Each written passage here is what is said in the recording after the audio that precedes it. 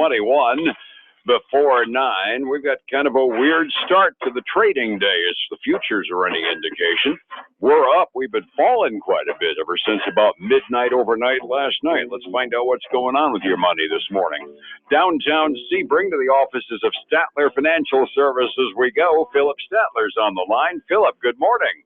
Hey, good morning, Dave. Hey, good to be with you. I don't want to disappoint you. I'm not downtown this morning. I'm actually coming to you live from my home office this morning.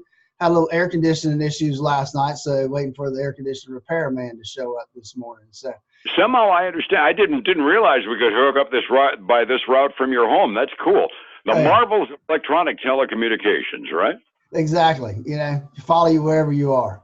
Absolutely. And sometimes that's not a good thing, isn't it? That's right. Sometimes it's not. Hey, we start out the morning with the usual macro stuff the government vomits up for us.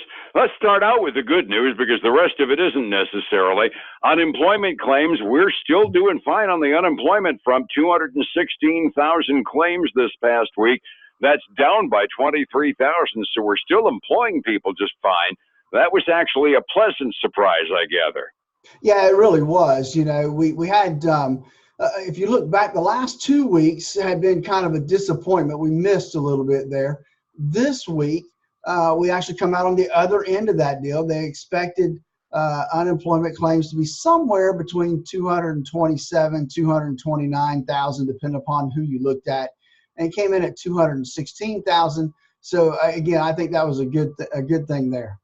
That just kind of underscores the fact that our economy is functioning all right. Might be slowing down, but we're obviously employing everybody that wants to look for a job in earnest. The rest of it, not quite as good. I was hoping that the durable goods report was going to be good news in terms of orders of stuff that lasts. Government reported this morning that in December, those increased by 1.2%. And I was thinking, yippee yahoo, but the market wanted more, I gather. Yeah, they did. They expected an increase in durable goods at 1.5%. So about a 0.3% miss there when it comes to that number. And there's some other numbers that should be out, Dave, but we've talked about how because of the government shutdown, they're all being pushed back if we get them at all this quarter. Things like existing home sales and new home permits and those type of things. We're just not getting those numbers this quarter. I've been watching for them to go across the wire this morning, and I haven't seen them yet. The Philadelphia Federal Reserve District did put out their monthly manufacturing index. This is current month stuff, which probably is not going to help the mood on Wall Street a bit, that measures the manufacturing activity around Philadelphia and their Federal Reserve District. And last month it was at 17. This month for February, they're saying it swings all the way down to -4. I don't know how they calculate the number, but going from modestly positive to modestly negative, that's not good in anybody's book, is it? No, that doesn't sound like a good thing at all. That's a pretty wide swing there. And like you, I'm not sure exactly what they use to calculate that number, but it just doesn't sound good at all. Absolutely not. Anytime you go from positive to negative, by definition, it kind of is El Stinko. The markets have been kind of trending downward on the futures markets ever since about midnight last night. I'm not really clear as to what it is, but a checkered economic report this morning to start us out certainly isn't going to help us turn the corner. Any of the companies reporting for earnings season going to help us a bit? We've got a mixed bag this morning when it comes to earnings. We're looking at Wendy's. Came out and they beat by a penny a share. Revenue was a little short, and then they really missed on comparable restaurant sales. And they only came in at 1.4. They were expected to come in at 1.8. That's not a good thing for Wendy's. They're trading down today about 3.5% on that front. Well, that's not good news, especially when you add in the other food service biggie that we've got reporting today. Domino's TV ads always saying, yes, we did. Well, yeah, they did. They missed both the earnings and the revenue this quarter, so they're tanking as well. Yeah, they really are. They missed by 7 cents a share. Revenue was also down. Again, the metric we look at there is same restaurant sales. They were up 5.6%, but that wasn't enough. The estimate was 6.3%. So again, a miss on Domino's part there. And and they're down almost 6.5% this morning. They even tried to fight the issue. They raised their dividend by 18%, and that wasn't enough. Imagine what would be happening to their price if they hadn't raised the dividend, right? Yeah, no, that didn't help them at all. Hey, let's keep going on the restaurant front. We got Cheesecake Factory. They did beat by 2 cents a share. Revenue was a little short of what the estimate was, though they did pretty well when it came to their same-store sales. They were increased by 1.9%. The estimate was 1.1%. So here we get a pleasant surprise.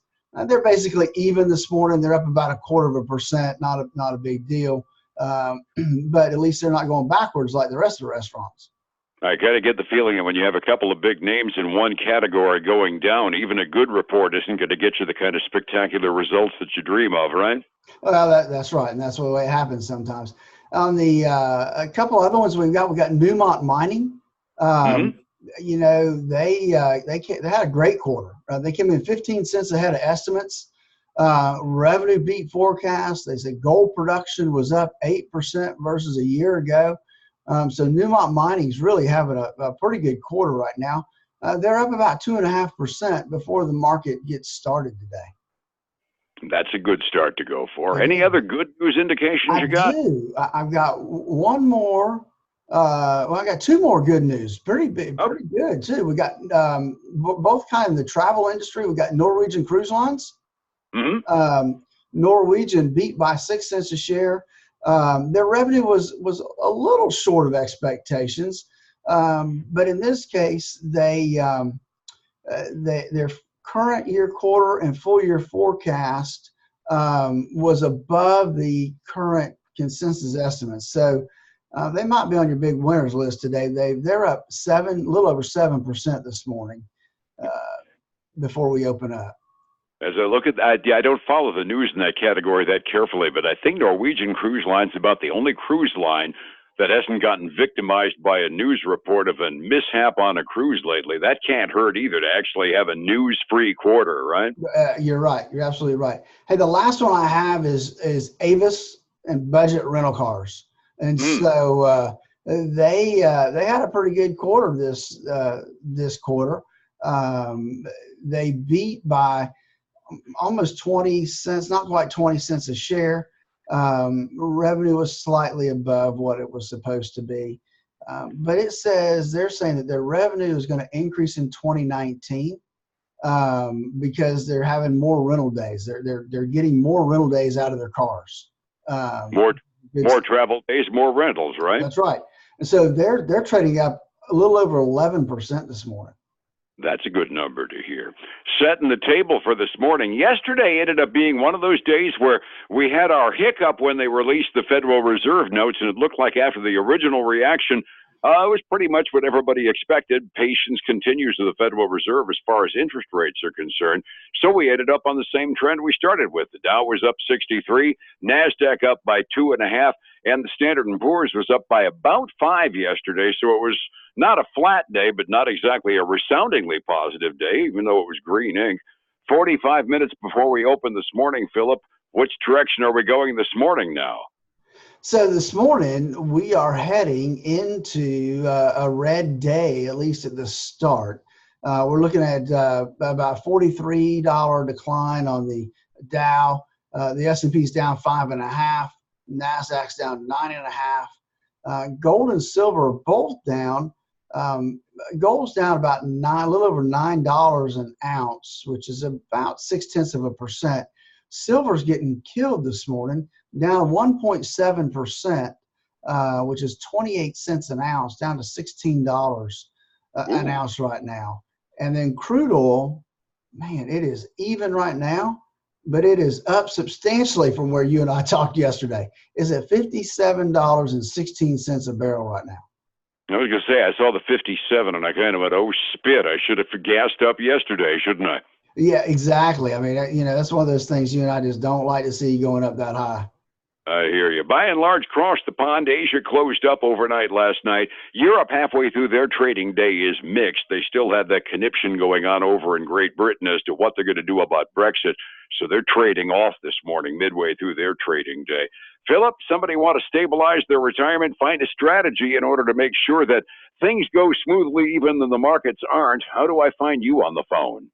Dave, give us a call at 382-0037. Follow us online at statlerfinancial.com. And then join us on Facebook at Statler Financial Services, where we take a lot of these things that we post in the morning and we repost them on Facebook. So if you miss us one morning, you can catch us on Facebook later that day. And then join us every weekend for the Statler Financial Radio Show, noon on Saturday, 10 a.m. Sunday morning on your sister station, News Talk 730. Yeah, we're going to find out whether or not a pink-colored day this morning ends up green. We'll be here tomorrow morning to do that right here. Fair enough? Fair enough, man. I will talk to you in the morning. Have a great day. You too, sir. It's 105 point.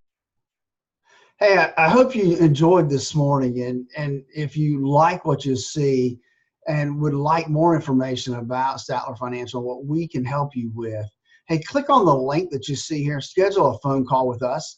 No obligation. We can just kind of walk through where you are and see if we can be of any help to you.